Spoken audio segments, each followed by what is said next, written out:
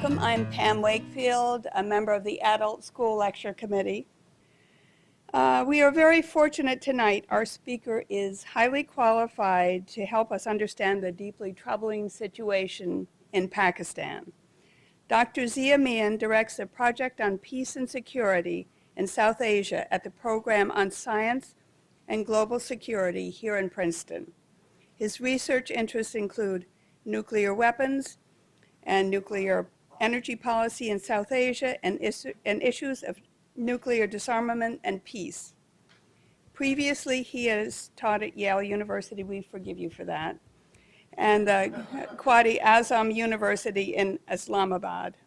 He has worked at the Union of Concerned Scientists in Cambridge, Massachusetts, and at the Sustainable Development Policy Institute in Islamabad. He is Associate Editor of Science and Global Security, an international journal for scientific and technical studies relating to arms control, disarmament, and non-proliferation policy. Dr. Mian serves on the board of the Iqbal Ahmad Foundation, pronunciation close? Thanks, which seeks to promote peace and justice in South Asia, and also on the editorial committee of Committee of Middle East Report, a progressive quarterly on Middle East affairs. He is the editor of several books and has helped make 2 documentary films on peace and security in South Asia. He holds a PhD in physics from the University of Newcastle upon Tyne. Dr. Mian.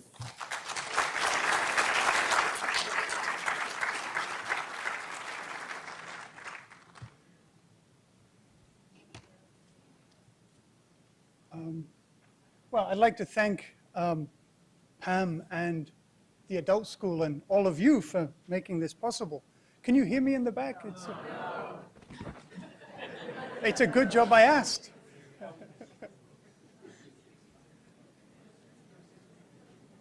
that. Is that better? Great, thank you. So then hopefully some of you at least missed the very glowing introduction that Pam gave, so I won't feel quite so intimidated. So thank you again to all of you and to the Adult School for the invitation. This is a very bleak topic, as I'm sure all of you know, and so I will take up the suggestion that I can be a bit more informal than most lectures I have to give. What I want to do is talk about the situation that Pakistan finds itself in today and how we got here, and given where we are, the role of the United States in helping Pakistan get into the mess it's in and helping it get out of the mess that it's got itself into. And I'll try and leave lots of holes in my presentation so you can ask really interesting and astute questions. Because I'm told that last week you had Ambassador Finn come and speak, and next week you're having Michael Berry come and talk. So I'm sure you know lots already. And what I don't say and you don't ask, you can ask next week. So let me start by making an observation that where we are today in Pakistan, and I'm sure when I say that, specific images come to your mind from just reading the newspapers and watching television, this is no surprise. Many people have seen this coming for a very long time, and have warned about the direction that events were taking in Pakistan, and yet have failed to prevent the emergence of the crisis that we're in today. And I want to start by giving 2 examples. The first is that a group of Pakistani intellectuals wrote an article in 1983 arguing that what had then started to happen in Pakistan under the military dictatorship of General Zia-ul-Haq was laying the foundations for a fundamental transformation of Pakistani society and national identity in the coming generation, and that this would be a national identity that would be radical, Islamist, violent, sectarian, and a fundamental threat to the well-being of the country. So that was 1983. And what had triggered this was that General Zia, who had seized power in 1977, had launched a program of Islamizing Pakistan.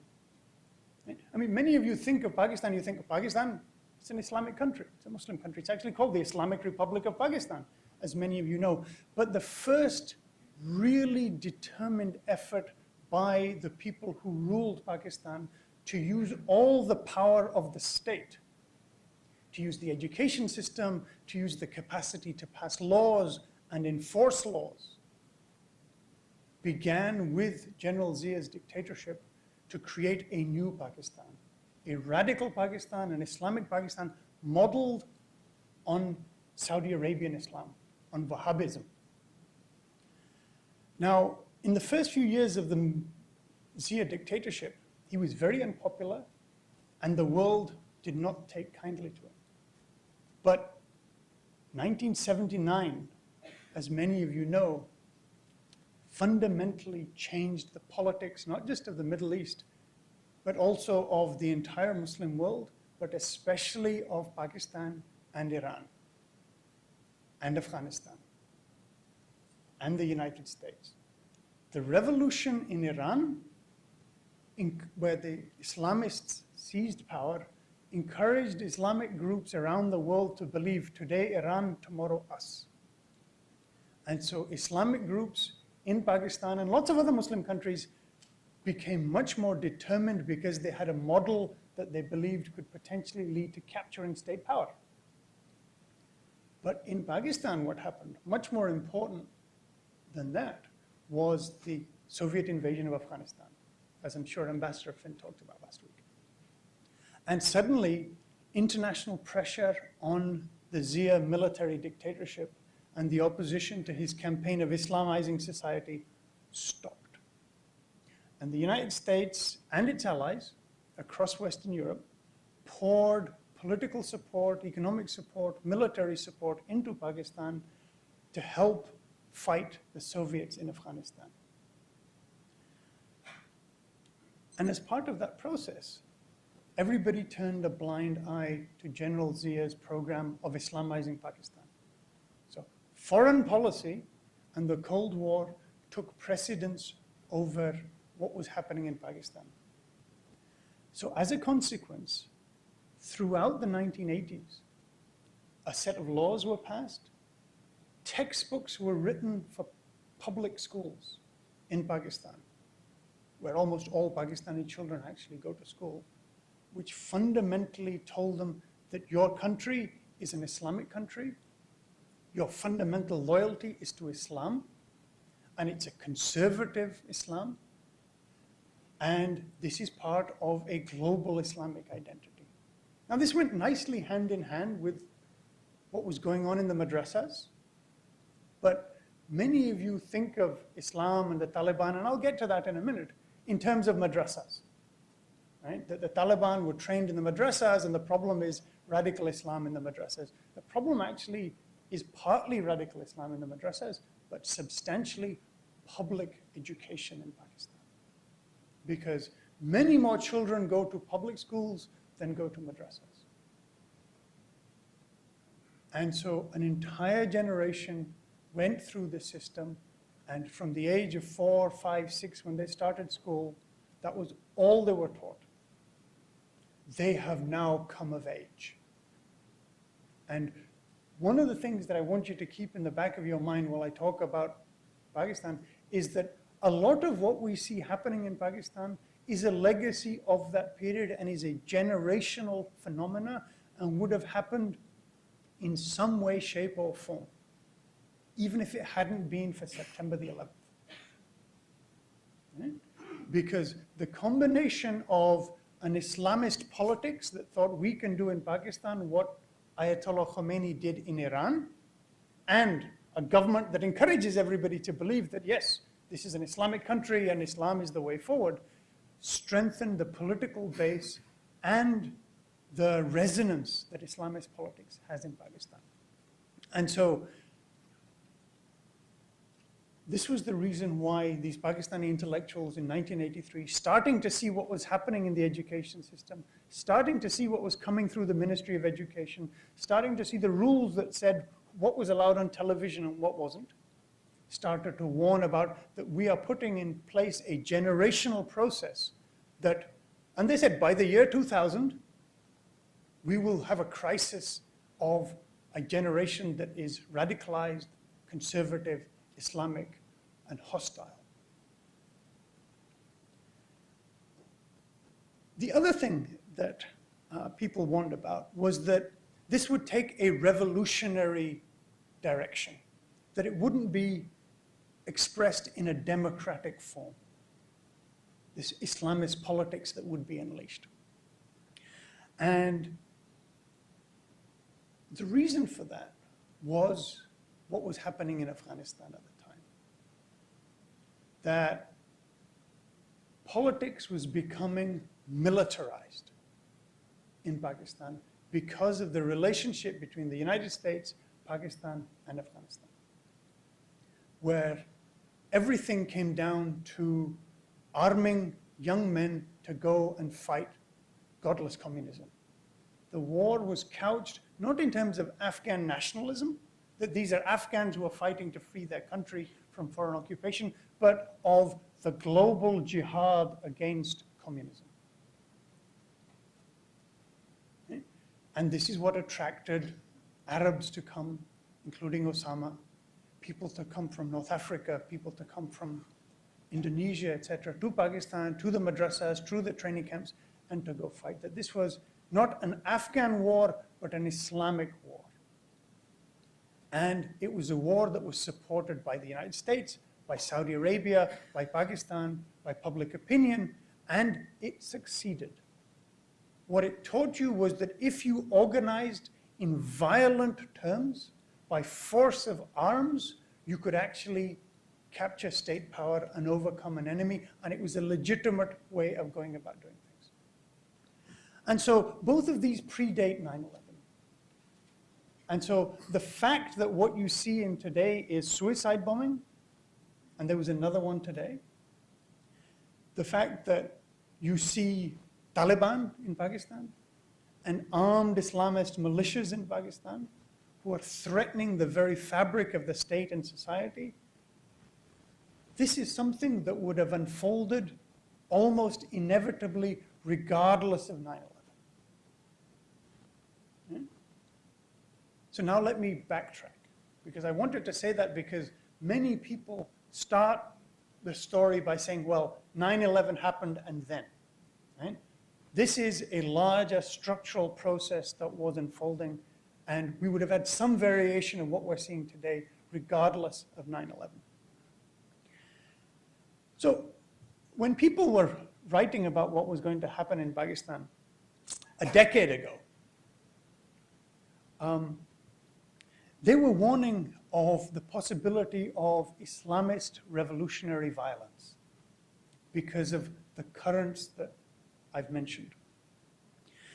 And that these Islamist groups that we saw organizing in the country would be such a basic threat to the state because of the weakness of the state and the weakness of society and its ability to resist an Islamist revolutionary process. And as a consequence of a sense of the inevitability of a violent Islamist politics and the weakness of state and society, it was clear that Pakistan was going to face a very critical period of its history. I mean, none of us, I think honestly, would have been prepared to say that it would have been as bad as it's got. But it was clear that Pakistan was going to enter perhaps the most critical period of its history. And we are now smack bang in the middle of this period. And in this period, the future viability of Pakistan as a society and a state now depends more on external factors than internal factors,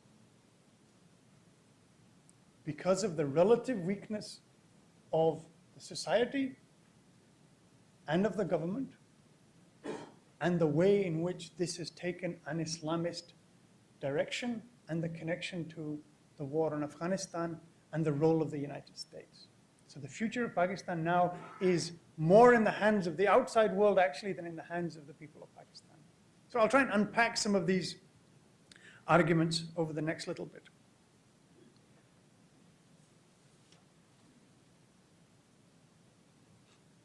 The first thing to understand is that Pakistan is very poor, even by the standards of developing countries. Not in terms of per capita income, but in terms of the quality of life of its people. Pakistan actually does relatively well when you compare it to other developing countries in terms of per capita GDP. But when you look to see where is it in terms of human poverty and the experience of life of people, you find a huge gap. That Pakistan is now, I think, the 24th largest economy in the world, and yet it ranks 101st out of 134 countries in terms of poverty. And the reason has to do with structural inequalities in society and in the economy.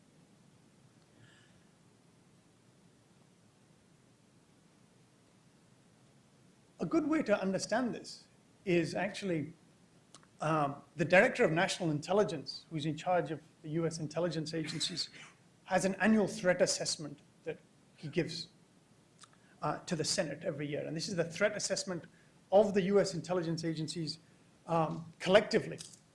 And so the one for this year, for 2009, has a section on Pakistan, which, it's worth reading. It's very interesting. And what he says is that Pakistan is facing a fundamental socio-economic challenge, and that economic hardships are intense. There's a problem of balance of payments. There's a problem of the population growing at a rate that is unsustainable. Half of the country's population, which is now in excess of 170 million, in other words, more than half the population of the United States, lives below the poverty line. And half of the people of Pakistan are illiterate, the ones who are over the age of 20. And to this can be added that in the last year, because of the global economic crisis, things have got much worse. The average consumer price index, the inflation rate in Pakistan, last year was 20%. It actually peaked at 25%. And as a consequence, inequality and poverty have risen dramatically. The unemployment rate in the urban areas is 40%. And in the rural areas, it is over 60%.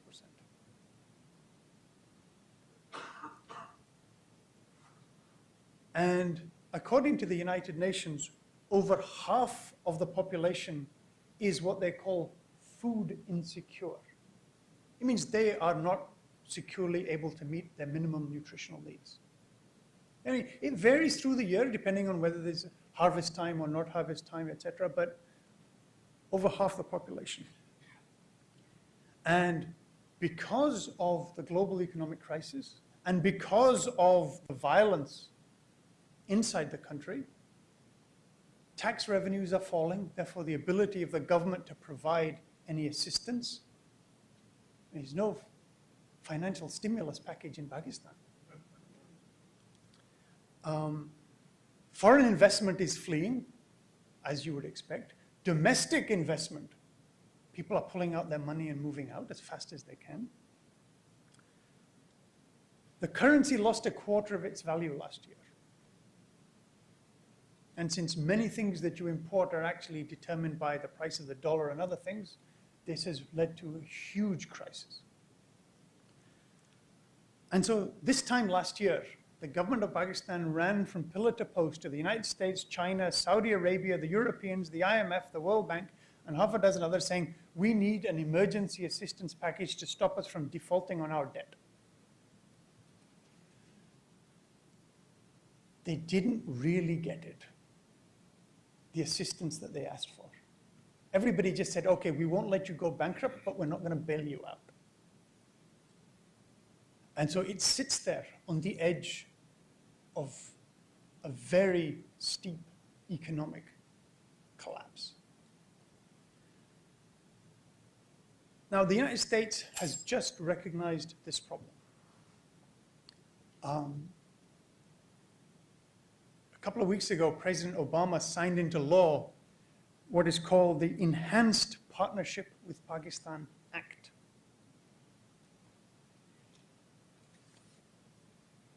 This gives Pakistan $1.5 billion a year in aid for the next 5 years.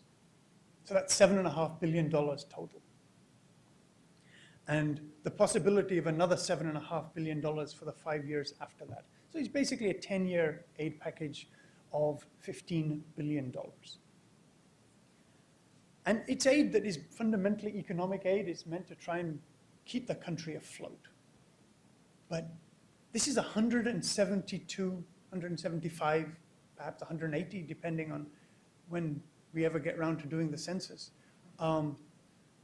million people in desperate economic situation. And if you actually just do the arithmetic, $15 billion over 10 years doesn't actually amount to a hill of beans. But that's what's on offer. And there's a parallel amount of money which will be military aid. And then there is the classified aid for other things. But what this doesn't take into account is that this $15 billion of assistance over the next 10 years is actually about the same as the aid the United States has given to Pakistan since September the 11th. Okay, so $15 billion from 2001 to today, and look at the mess it's in. And so the same amount of aid spread over 10 years, it's hard to imagine that that's fundamentally going to turn things around. And so people are genuinely troubled about where this is going to go. Now, the fact that the US has given all this aid in the past 8 years and has promised so much aid in the next 10 years has, of course, to do with 9/11 and Afghanistan and Al-Qaeda. So I don't feel the need to explain that story to you. But the fact of the matter is that everybody now believes that the leadership of Al-Qaeda is hiding in the tribal areas in Pakistan along the Pakistan-Afghan border, or have moved from those tribal areas under pressure of US drone attacks, firing missiles from unmanned predators, into its cities where they will feel relatively more safe. And that from there, as best they can, they are organizing and conspiring to fight the United States in Afghanistan, and, if possible, to attack the United States in its homeland. And Admiral Mullen, the chairman of the Joint Chiefs, in all his testimonies, harps onto this fact that even though perhaps several thousand Al-Qaeda fighters have been killed since September the 11th, they still have the capacity to organize and to plan, and perhaps if there is another attack, it will come from them, and it will come from organizational capacity that they have managed to put in place inside Pakistan, either in the tribal areas or in the cities. But from the Pakistani point of view, these are separable problems. The US may worry about Al-Qaeda and the Taliban. The Pakistanis have their own set of issues. And a fundamental problem for Pakistan and the United States is that those problems do not actually align. So let me spend a few minutes and try and explain that. So after 9/11, the Taliban fled as the US took over Afghanistan, and they came to Pakistan. But many of them had actually come from Pakistan in the first place, in the sense that they had grown up in the madrasas in Pakistan in the 1980s. And it's really interesting that some of the Taliban have gone back and built refugee camps in exactly the same places where they had been refugee children in the 1980s fleeing the Soviets. They are now back where they were, but hiding from the Americans. And it's lasted long enough that their children are growing up. I mean, if you fled Afghanistan in 2001 with your parents as an Afghan child of the age of 10, you are now 18 years old, ready to go and fight. And you've spent your entire growing up in a refugee camp, being told that the Americans have taken over your country. And they are godless, and they will kill you, and they have Guantanamo, so you have to go do whatever it takes and fight the jihad. And so you're actually seeing the replication in form and in content of the structures of a way of thinking about the world and of organization, and the same people doing now what they did in the 1980s. They have safe places to hide in Pakistan. They go across the border, attack, and then come back and hide. And when the winter comes and it's too cold, you sit in the refugee camp, nurse your wounds, play with your kids, raise money. The spring comes, you go back and fight some more. This is what they learned. And we taught it to them. The United States trained these people in exactly this form of warfare. And what they are doing in Afghanistan today, we taught them to do against the Soviets. IEDs and surprise attacks and ambushes, how to set up small guerrilla groups and all the rest of it. This was basic training as insurgents. And when people say that, oh, the ISI is behind the Taliban, Pakistan didn't know how to do guerrilla warfare until the United States taught them how to do it in the 1980s. They put the ISI in charge of the refugees and said, we will teach you, you teach them, they will go and kill Russians. The ISI were really good students, right? And so many of the same people who were pivotal figures in the 1980s and are identified as the key threats to the United States in Afghanistan by General McChrystal, who is now the commander there and is responsible for the policy on the ground. If you read his report, the people he names, like Gulbuddin Hikmatyar and the Haqqani Network, etc., these are old, familiar names from the 1980s. Now, from the Pakistani point of view, these people are not a threat. They just go and fight on the other side of the Khyber Pass. They're no threat to Pakistan. They don't have ambitions on taking Islamabad. So why should we fight them? So when the United States says, oh, go kill Taliban, the Pakistanis say, well, look, if we kill Taliban, they will want to kill us, so why should we fight them? They are no threat to us.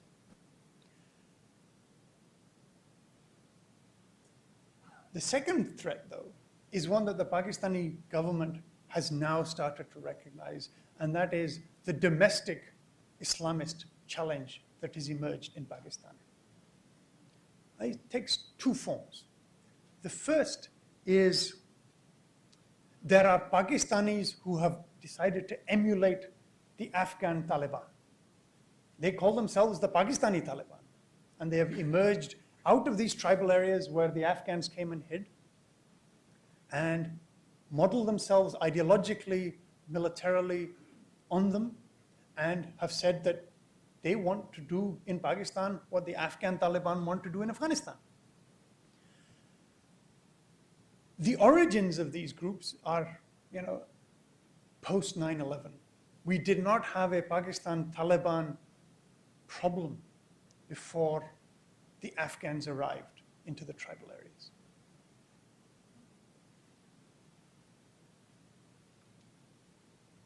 And they have now decided that they want to, help build a radical Islamist Taliban-style state in Pakistan. And so the Pakistan government now wants to fight them. And so we see the present battle in South Waziristan, which I'm sure many of you have read about, on the tribal areas on the border with Afghanistan and Pakistan. So the Pakistan army has gone into South Waziristan, very heavy, with jet fighters, helicopters, artillery, large numbers of troops. And unlike the American ideas of counterinsurgency, where you have soldiers on the ground walking around giving kids lollipops, winning hearts and minds, the Pakistan army's version of counterinsurgency is kill them. And I'm deadly serious. It's kill them. What we saw in their previous effort, in where they've gone after Taliban groups, is that they will go into a town or a village and level it and destroy every standing building so that whoever's inside will be crushed by the rubble. Then you send in the soldiers. And in remote areas, you can do it because there aren't lots of other people around. But in places like the Valley of Swat, where last year the Pakistan army went in to fight the Taliban that had taken over the Valley of Swat, they couldn't basically go in and kill everybody. It's too close to the capital city, too many people watching. So what did they do? They went in, killed quite a lot of people, and then declared victory. Since then, hundreds of bodies have turned up. Shot in the back of the head, handcuffed. Last seen alive being taken into custody. They have established death squads. That anybody that the neighbor says, oh, he was Taliban, army comes, takes him away, shoots him. No trial, no evidence, no nothing. You just get rid of them. And you have to understand that the Pakistan army, as an army, has been at war with its people off and on through the entire history of the country.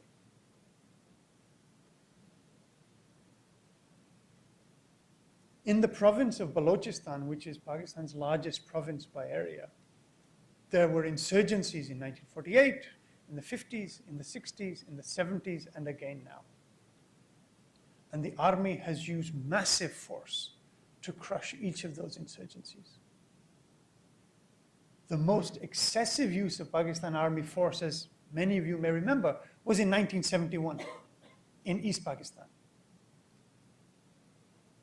East Pakistan, when Pakistan was founded in 1947 by the partition of British India, the majority of people lived in East Pakistan. But the power of the state and the army ended up concentrated in the West. And it was the people in the West that decided what the national language would be, even though the majority of people spoke a different language. It was the people in the West that decided what economic plans Pakistan would make, who would get investment and who wouldn't, where development would be, where it wouldn't, where factories go and where they wouldn't, where people would be recruited from for good jobs and where they wouldn't be recruited. And eventually, the people of East Pakistan had enough, demanded greater say in their own affairs, and they actually won in an election majority of seats in parliament in all of Pakistan. And the people in the West, the army in particular, said, no way are we going to cede power to that lot. And so they sent in the army.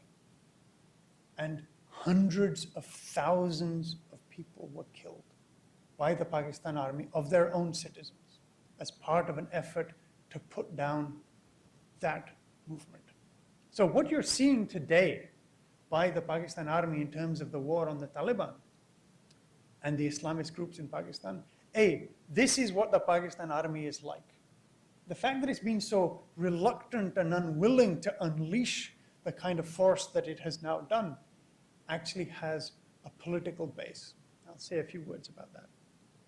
And the political base is this, that I mentioned that the Pakistani Taliban are a recent phenomenon, post 9/11. There is a prior group of radical Islamic militants, political parties, and fighters in Pakistan that were encouraged and supported by the Pakistan army and the Pakistani government, including civilian elected governments, over the last 25 years, with the specific purpose of fighting against India. They recruited young men, organized them, filled their heads with a radical Islamist nationalist ideology that you should go fight to free our Muslim brothers from Hindu domination in Indian Kashmir, even if they don't want it. And even if they do want it, but we will be the ones who decide. And they have unleashed that force. And through the 90s, Pakistan sent group after group of these people into Indian-held Kashmir to fight. They were a substitute for being able to send tanks and soldiers. And so this is the group that is allied to Pakistan's intelligence agencies, serves a strong political purpose. And the Pakistan army has been very reluctant to fight these people, very reluctant, because it still sees unfinished business in Indian Kashmir about wanting to liberate that region as part of the unfinished business of partition and independence. And so what you have is that even though these radical Islamic groups are now tied to each other, that the Pakistani Islamists and the Pakistani Taliban are actually co-organized, and the Taliban groups actually find support and safe houses and logistical access through the Pakistani Islamist groups supported by ISI, the army still will not go after these people. Because they know that sooner or later, the United States will leave, and then it will be back to business as usual. And business as usual means Pakistan and India and Kashmir. It seemed to many of us that when President Obama was elected, he understood this. Because he said, as part of his election campaign, that he would hope that as part of settling Afghanistan,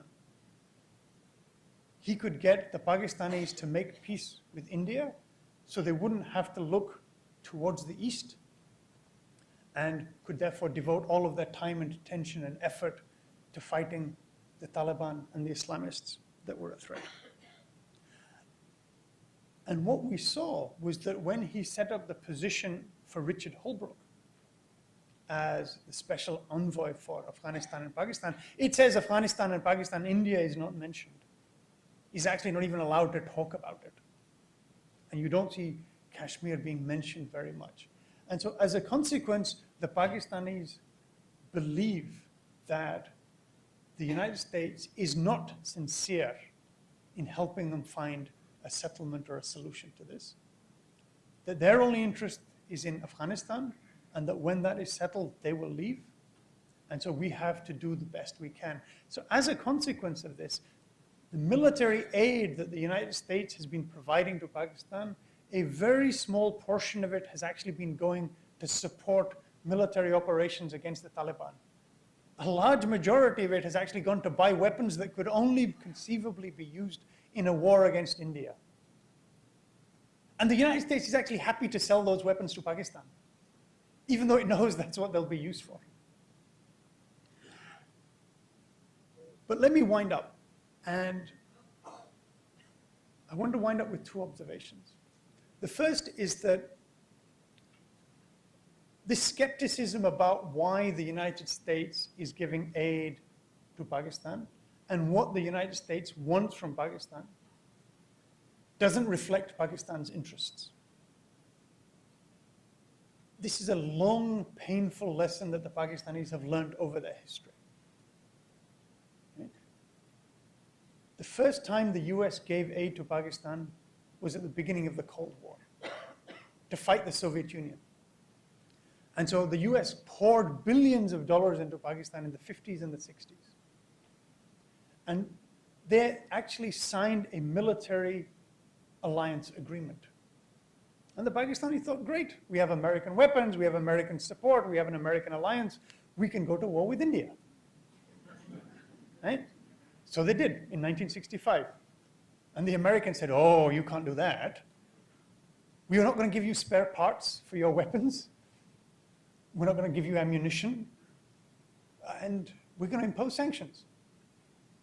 And the Pakistanis felt completely betrayed. I mean, there's no reason to feel betrayed since they knew that the US wanted Pakistan to fight the Soviets, not the Indians. But they felt betrayed. And then it happened again in the 1980s with the Afghan war, where as soon as the Soviet Union left, the United States imposed sanctions on Pakistan. After years and years of aid and support, and you are our best friends, come visit us in the White House, they imposed sanctions on Pakistan because, oh, Pakistan is building a nuclear weapon. But everybody knew throughout the 1980s that Pakistan was making a nuclear weapon. Everybody knew about A.Q. Khan. You just have to go back and read the Washington Post from 1977 and 78 and 79, and you can already read about A.Q. Khan. But throughout the 1980s, every year, even though there was US legislation banning aid to Pakistan because Pakistan was making nuclear weapons, the president would sign a waiver saying Pakistan is not making nuclear weapons. Everybody knew it was a lie. Congress knew, the president knew, the Pakistanis knew, the Indians knew, everybody knew. But fighting the Soviets was more important, so everybody went along. As soon as the Soviets left, oh, you're making nuclear weapons. The Pakistanis got so upset by this. And there was a decade of sanctions. And when were the sanctions lifted? 9/11. The third time the United States needed Pakistan to go fight somebody. And so the Pakistani view is very skeptical about the United States and its assistance and the purpose it serves. And this is reflected in public opinion. Right? The Pakistanis are now perhaps the most anti-American people that have ever been allied to the United States. The most recent polling by Pew from just a couple of months ago, 16%, 1/6 of Pakistanis have a favorable view of the United States. Almost 70% have an unfavorable view. And this is after $15 billion of aid since 9/11 and the promise of that much more to come. But this has been more or less the same for quite a few years now. And there is no Obama effect in Pakistan. This wasn't George Bush. More Pakistanis claim to have a positive view of Osama than Obama.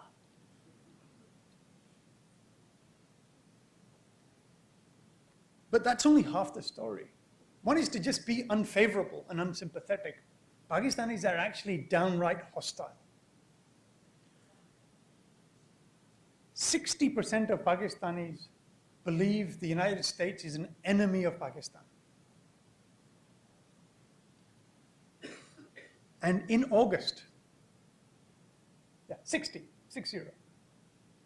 So in August of this year, Gallup Pakistan did a national survey, and one of the questions it asked people is, who do you think is the greatest threat to Pakistan? Right, so this is August 2009. Who do you think is the greatest threat to Pakistan? And the choice they were given was the Taliban, India, and the United States.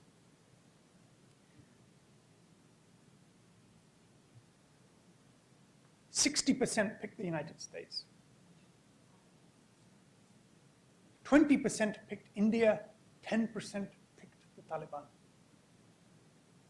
So it's not just not seeing the United States favorably. They actually see the United States as a fundamental enemy of their country. And the key source of this is this 50 years of history of the US-Pakistan relationship and a sense of an aggrieved nationalism, of being used and abused. This is, of course, a story that they've been told by their generals and their leaders, but this is how they see it. And the fact that the United States is seen as more of an enemy of Pakistan even than India, with whom Pakistan has fought 4 wars, is telling you something.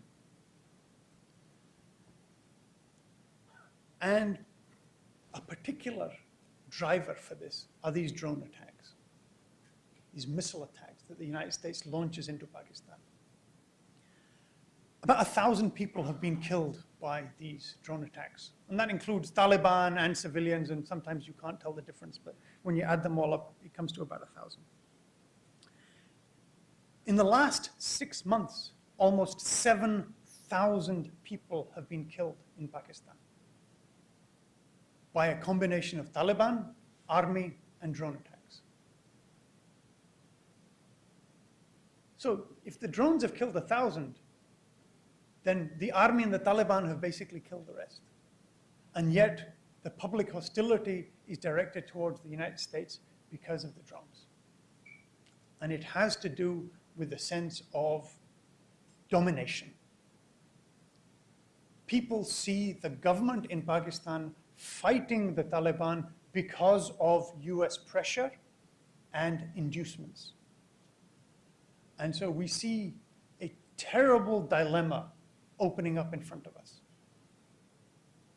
And that is that the conduct of the US war is creating such a strong sense of anti-Americanism that even the effort by the government of Pakistan to fight a genuine threat to its own society, which is the Islamic challenge from within, is being compromised. People have turned against their own government because they see them as fighting America's war. And as a consequence, the Taliban are seen more favorably than even the government. And this is how Pakistan may be lost.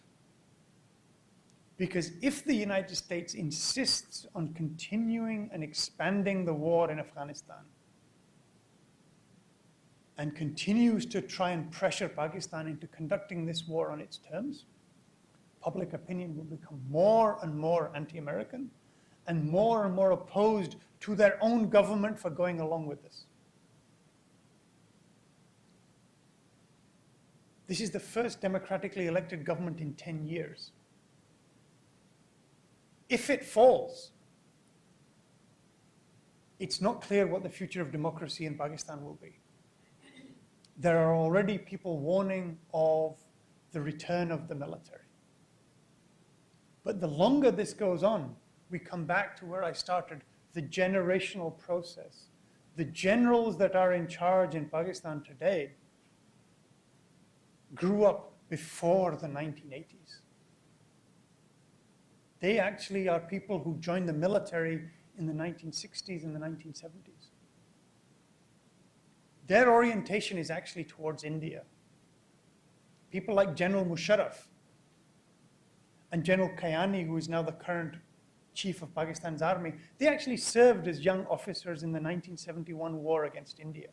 It's one reason why they are so obsessed with fighting against India. The general who is in charge of Pakistan's nuclear weapons was actually a prisoner of war captured by India in the last war with India. That's why they orient themselves towards India. It's partly political, partly autobiographical. The next generation of Pakistani officers are Islamists.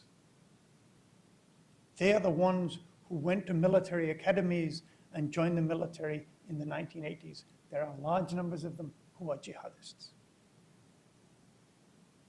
So we are rapidly creating a fundamental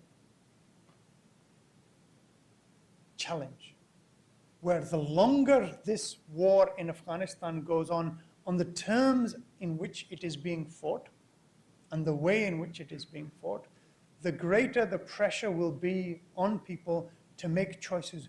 Where does your loyalty lie?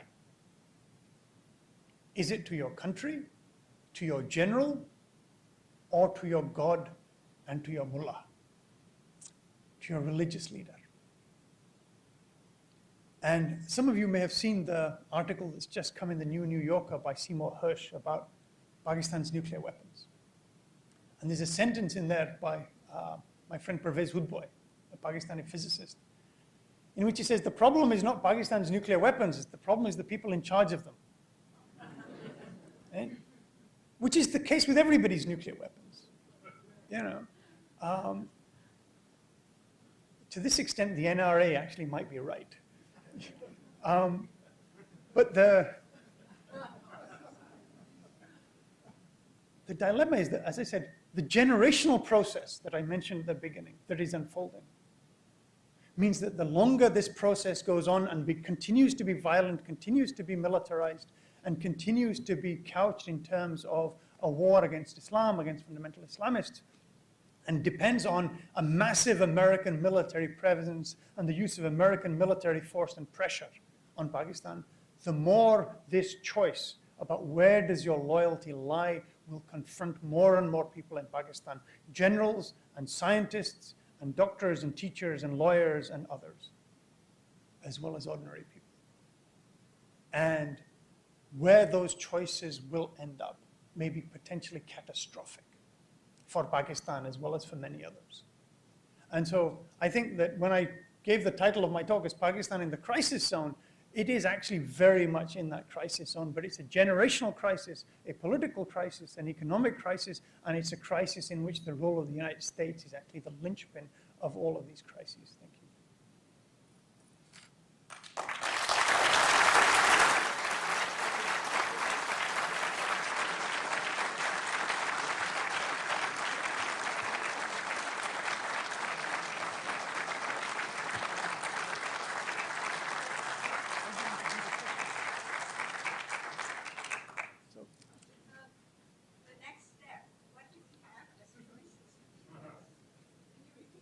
Oh, the question is, well, the next steps, what choices do we have in the United States?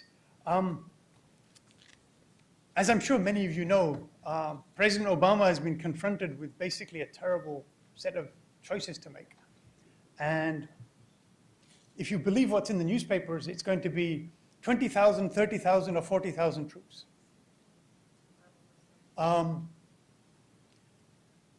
Sending more troops to do what they're already doing would be disastrous, in my opinion, and in the opinion of many other people. What people need to know is how to get out of this, and more of the same is not a convincing answer. And I think that the dilemma here is that generals don't like to lose wars. They don't like even to draw in wars. They like to win wars. That's what you get medals for.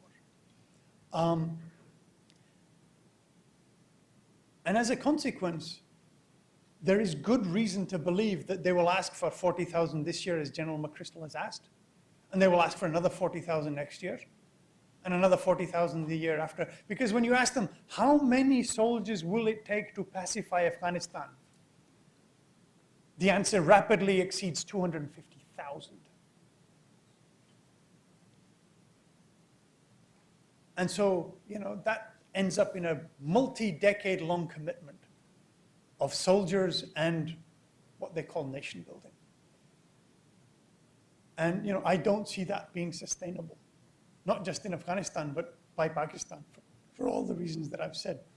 And so there are many people who believe that the way forward here is actually to accept that this war has to end sooner, not later, and that it has to end in ways that involve all of the countries in the region, as well as all of the players in the process, and not just end it on the terms that we want.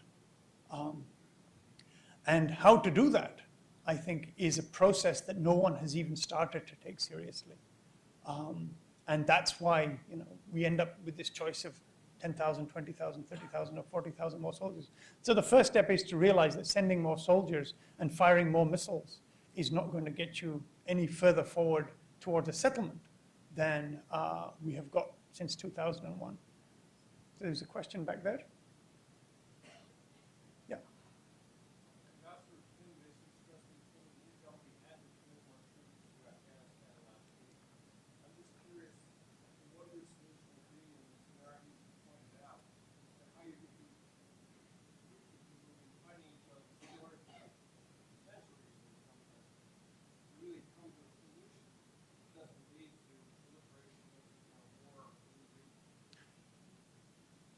Well, the first thing is that right now, everybody that's fighting is either fighting the Americans or fighting on the American side.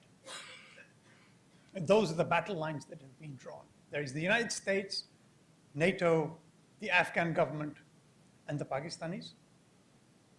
And on the other side, there are the Taliban, Al-Qaeda, the Pakistani Islamists, and others. And so the idea that these people are fighting each other, I don't think that's a fair characterization of this.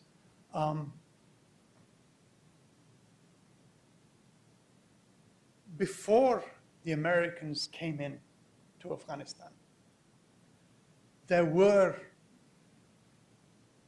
Taliban who were ruling Afghanistan. And they ruled because out of the civil war that came, there was, as you say, all kinds of competing warlords and groups from the war against the Soviet Union fighting each other to decide who would rule. And the Pakistanis basically weighed in. Right? They helped create the Afghan Taliban to seize power in Afghanistan because they could. And I think the first thing that needs to be done is that the Pakistanis need to be told that you don't get to say who should govern in Kabul. But then the United States also shouldn't get to say who governs in Kabul. And neither should the Tajiks, nor the Indians, nor the Iranians, etc. And one of the things that's been suggested by people who have tried to advise General Petraeus and the White House and others is that you actually need to seriously bring together the countries in the region, all of whom have had to suffer 30 years of Afghan civil war of various kinds, and the Soviet invasion and now the American occupation. And say, once the Americans leave, this is going to be your backyard. If it falls apart, you are going to have to deal with the consequences. How are you people going to sort this out? Because Washington is a long way from Kabul. But Iran is next door, Pakistan is next door, other countries are next door, and they're the ones who are going to have to collectively sit down and find a way that they can help bring peace to their neighborhood. And here, I'm sorry to say this, but the US determination to refuse to cooperate with Iran is a basic problem. It's a basic problem. Iran borders Afghanistan in the same way that Pakistan does. The Iranians took millions of Afghan refugees during the 1980s and have been sending them back to Afghanistan since then.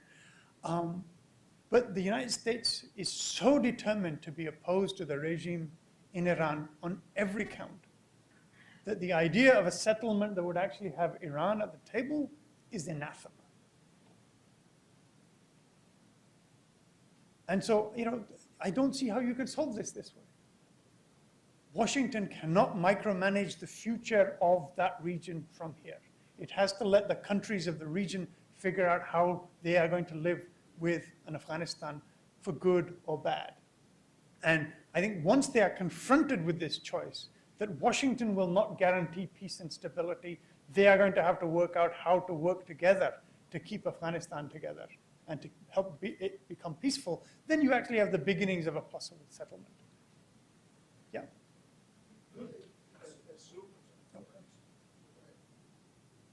Assuming that the history of Pakistan was of peacefully residing in their own, smelling the flowers and not getting involved with Afghanistan and anybody else, do you think it is possible to picture that they will never be Germany who pushes in Kabul?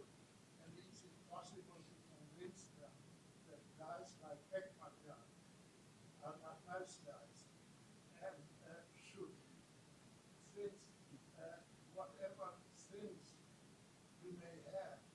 The fact is that we would be willing to deal with the Taliban on our own. Pakistan wouldn't prevent us, and some would become very interested. So I would be interested in your opinion. How does the fact that Pakistan's long history indicates always trying to hurt Afghanistan, can that be put to rest or somehow done for? Oh, that's a very good question. Yeah. Okay. The question is this, that Pakistan has a long history of interfering in the domestic politics of Afghanistan. And how can we convince the Pakistanis to not try and intervene and decide who rules in Kabul? That once Washington leaves, then perhaps Islamabad will decide to stir up more trouble for its own purposes.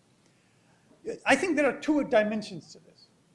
The two dimensions are that Pakistan interferes in Afghanistan because historically there has been what they see as a Pashtun problem, right? That there are Pashtuns in Pakistan, there are Pashtuns in Afghanistan, and the Pakistani government sitting in Islamabad has always been afraid that one day our Pashtuns and their Pashtuns will decide they are happier together than with us, right? That is an insecure and incomplete sense of Pakistani national identity speaking. Right? You don't have faith that your own people will be loyal to their own state, that they would go off and secede and want to create some other Pashtun state of their own. It's a failure of the project of Pakistan if that happens. And for the Pakistani leadership, there is good reason for this fear. As I mentioned, the majority of the people have already seceded. They became Bangladesh. Right? And the Baloch have risen up and demanded independence.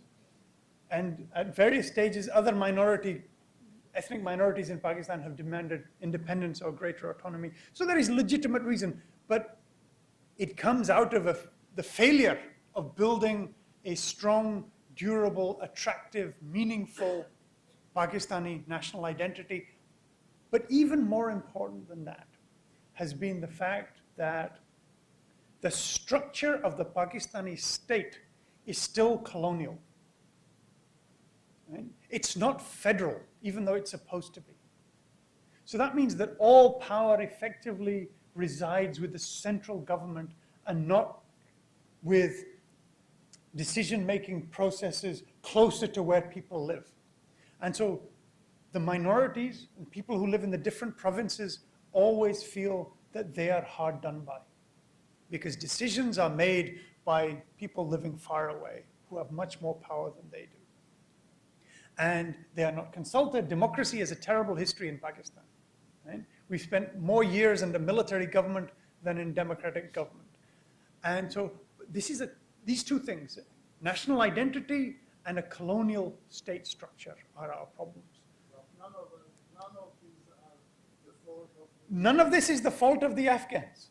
Right? or the Americans. No, I agree. I agree. This is not the fault of the United States either. But when you ask, what is the United States doing in terms of its aid to Pakistan? What does the international community do when it has a problem in Pakistan? Do they talk about, well, how are you guys actually going to decentralize and bring democracy? No, they pick up the phone and call the Pakistani generals and say, we have a security problem, right? Oh, it's the Cold War, it's the Soviets in Afghanistan, or it's Osama bin Laden. What can you do to help and how much will it cost? Right? And so as a consequence, no one has ever actually engaged Pakistan seriously in this process. And what has happened is that the search by the United States for security partners in Pakistan has privileged the Pakistani army above all else. And as a consequence, they are the most unwilling to cede power and authority to anybody else. And it's only when Washington decides that it is no longer going to only call the Pakistani military, but that there are interests in Pakistan other than security, like the people of Pakistan, or even if you don't want to help the people of Pakistan directly. Beyond a certain point, the United States can't help everybody solve their own problems. People have to take some responsibility for solving their own problems, but then don't make it worse by giving huge amounts of military aid and political support to the generals. Because then everybody looks to the generals because the generals have the phone number in Washington. And so this is the dilemma, right? And this is something that Washington can do something about. Yeah. Last week, among other things, Ambassador Finn told us that we can't just walk away from Afghanistan, because to do that would be to weaken the Pakistani government, and in the long run would be disastrous. So my question is, what is your opinion about efficacy, long-term efficacy of the present government, and to what extent does the population support them? So the question is that Ambassador Finn last week said that for the US to withdraw from Pakistan would actually weaken from Afghanistan would actually weaken Pakistan. And so the question is, what is the public's view in Pakistan of their own government and its strengths and weaknesses? The government of Pakistan is profoundly unpopular and becoming increasingly unpopular. The present president of Pakistan is now about as popular as General Musharraf used to be before he was kicked out. And it took General Musharraf from 1999 to 2007 to become that unpopular. This guy has done it in a year and a half. And the why of it is that three things. The first of those is literally bread and butter. The economic crisis in the last year and a half in Pakistan has been really very bad. And so people are taking it out on their government.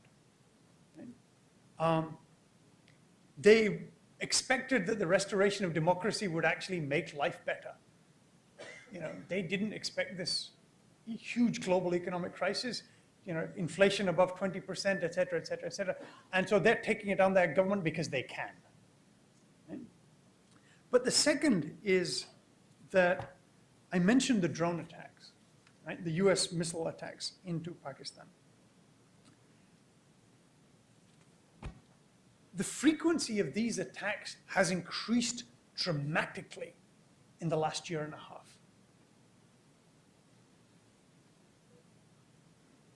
There were, by one count, it was a count just done in October of this year, that since the US started launching these missiles from these unmanned Predator drones soon after the war in Afghanistan started, there were 87 reported missile strikes by US drones into Pakistan between 2004 and October 2009. 87. Which have killed 1,000 people. There were 9 of these attacks between 2004 and 2008. Okay, 9 in the first couple of years. There were 36 attacks in 2008 in the whole year, 36. There have been almost 50 this year alone. So when you see it from the Pakistani point of view, you see that in the first few years, there were only a few attacks, very high profile, very dramatic. They made all the newspapers, people got very angry and very upset because they were so visible. Now, it's just the deluge of attacks. If you imagine 42 attacks between January and the end of September, 9 months. So that's 4 attacks a month. It's 1 a week. And as a consequence, there is genuinely a sense that this government has now completely given in to the American conduct of this war. I mean, there is some element of truth in this, of course. Because what's happened is that for many years, the Americans would fire missiles into Pakistan to kill Al-Qaeda and the leaders of the Afghan Taliban, who would otherwise come across the border and attack the Americans or the Karzai government. And the Pakistanis would say, why don't you use some of those to kill the Pakistani Taliban? The ones who are blowing us up in Islamabad and Lahore and Karachi. We'll tell you where they are, but since they are hiding in the mountains and we can't get to them, use your predators they can see from far away and kill them. And the Americans would say, no. Because if we kill them, they will get really angry at us and join the Afghan Taliban and come and fight us in Afghanistan. So why should we give our enemies reason to collude and fight us? It's better for the United States if the Pakistani Taliban stay in Pakistan and don't become too anti-American. And the Pakistanis thought, you can't be serious. It's okay for them to kill us, and yet you expect us to support you in your war? And so eventually the United States said, okay, if you insist. So they started to fire more missiles into Pakistan to kill Pakistani Taliban, which has infuriated Pakistanis, right? Because all they see is more missiles coming. Right? And so ordinary people are genuinely upset to see their government join the United States in what they see as an American war against Pakistan. And as a consequence, the legitimacy of this democratic government is collapsing with each passing day. And the longer the war goes on, and the more missile strikes there are, and there will be more missile strikes because firing missiles is easier than sending soldiers, both for the Pakistanis and for the Americans. It only makes it worse.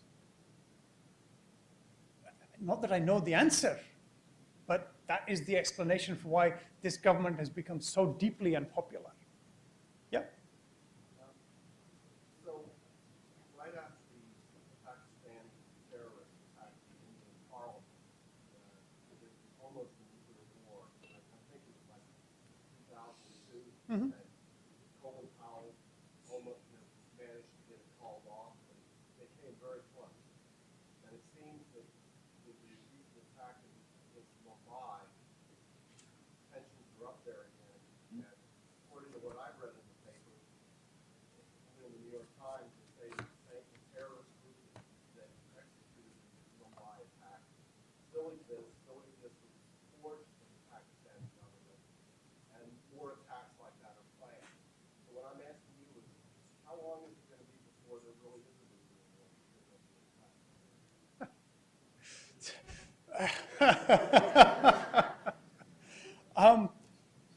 I think two things.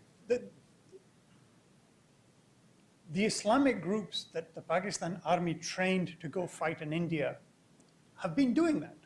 Right? They did the attack in Mumbai.